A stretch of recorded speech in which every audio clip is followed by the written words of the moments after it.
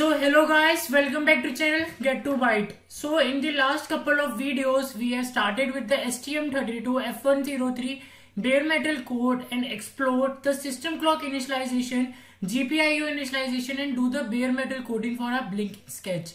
And I have also uploaded a small video showing my project on the IoT in which I have used the BLE beacons and the GPS module of the MediaTek MT339. So now moving forward and now concentrating back to our main focus on firmware development on STM32 microcontrollers. In this video, what I am going to tell you is very interesting thing, and it's kind of a thing which every firmware guy, whether from the perspective of application or whether from the perspective of device driver, should know.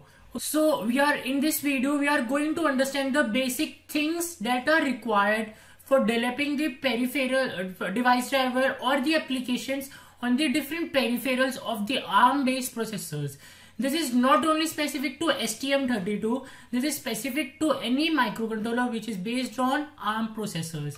So those things which we will be dealing are the system architecture and the bus architecture, and understand that what all different buses are there and how to configure them. And then we are going to understand the alternate functions and the pin out and the pin mapping for the different peripherals, pin out from the pins. So now without wasting time, let's proceed with these very interesting things to know.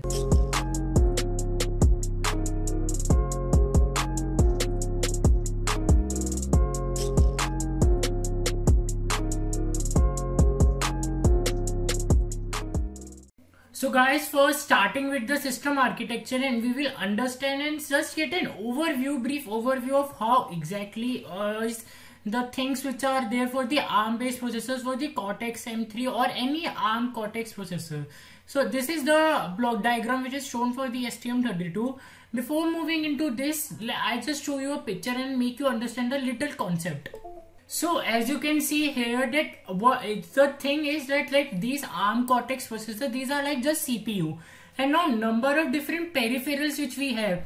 Let's say we have USB, I2C, SPI, RTC, GPIO and all such things. These are the electrical circuits which are being integrated in a single IC. The IC which you see, which is your STM32F103.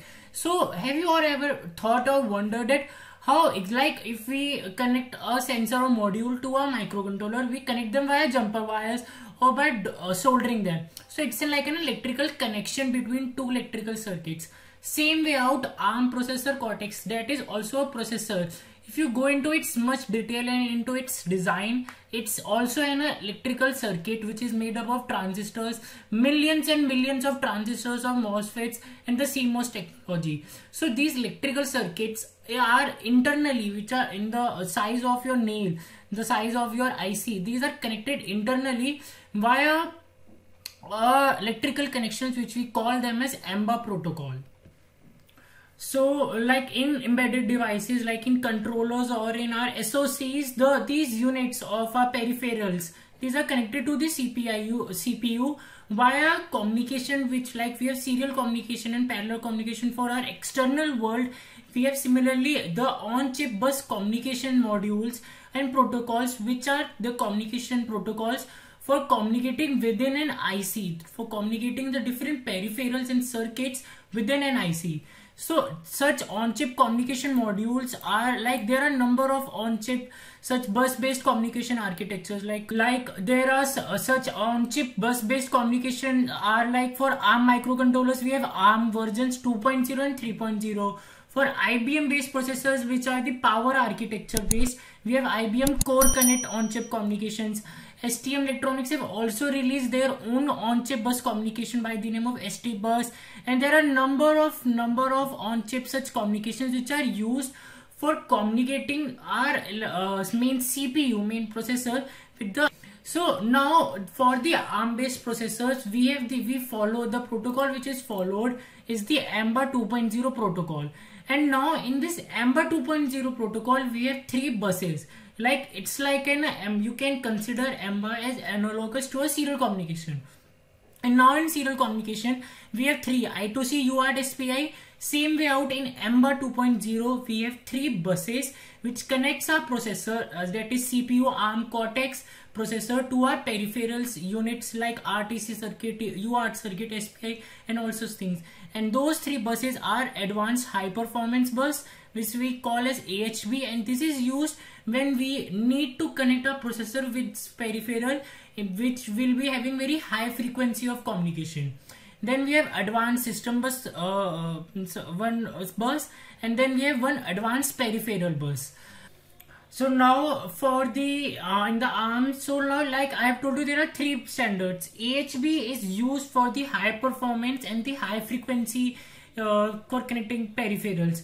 So it is used to connect the RCC peripheral. Like as you can see here, that there the AHB bus is used to connect with the bus matrix, that is a main CPU matrix, with the reset and control RCC peripheral, that is the clock peripheral.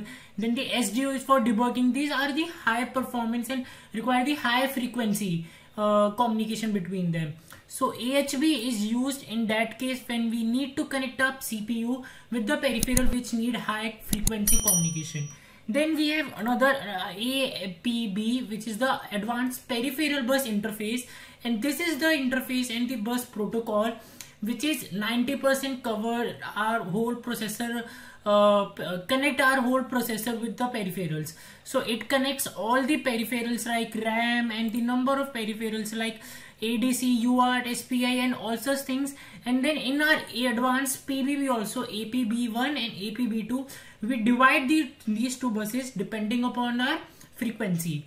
So that I will tell you. So now I hope you just get to know that how exactly our bus architecture and the like AHB bus and the APB1 and the APB2. The third bus which I have told you, advanced system bus, it is not used because like very much, because it's just an alternative to our AHB. As you can see here, it is written, it's an alternative to our advanced high performance bus and to connect the high clock frequency peripherals only, but they do not require all the protocol features and the advanced security features which are there in the AHB. So now what we have to do is, when we are configuring our peripherals, we first have to enable the particular bus clock. So like it's our CPU clock will be enabled, and then we have to enable the by going to the corresponding registers like APB2 peripheral reset register, APB1 peripheral reset register, and the AHB peripheral clock enable clock for the APB2 and APB1. So these are all the, in this if you go, you will be seeing that all these peripherals which are connected to the APB1 to a CPU via APB2. So we have to enable that bit so as to enable that clock for our peripheral. That will be enabled by the particular bus by which it is connected to a CPU. So the APB2, APB1 and the AHB, these are the three functions which we registers which we need to take care when we are working on a particular peripheral and enable the corresponding bit. And same way there are registers for resetting these buses. So like if there is any buffer data or error data, so it's to reset all those values to null and 0. So by default the values are also given, like when I will be doing a step-by-step peripheral, then I will be coming to these registers and enabling the particular bit of the peripheral which I am using. Okay, so that's why when we have configured for our GPIO, we have in the APB2 we have come and we have come to enable the IOPC pin, which is for the GPIO port C pin that we have to enable. Input output port C clock enable, so it enables the clock for that peripheral. So now I hope you understood this thing, the system architecture. Now if we come to compare this thing with the normal 8-bit microcontrollers and the traditional Arduino based Atmega 328P. So like in Atmega 328P, there is nothing called EMBA protocol, AHB, APB or not. Simply our CPU, that is AVR CPU, is connected to our peripherals as you can see here via simple input output data bus and the address data buses. So there are no specialized communication on chip module things which are going for our normal basic AVR 328 8-bit microcontrollers. And same way for the our STM8 like 8-bit microcontrollers of STM Electronics, also the STM8S103F3. It also has a normal, just like AVR 8-bit microcontrollers. This is our core clock, okay, core clock to peripherals and core, and then this is connected via the normal address and data buses. There is nothing complicated things like AMBA and the AHV and these APB2 or HP and extra peripheral registers which we have to enable for using those.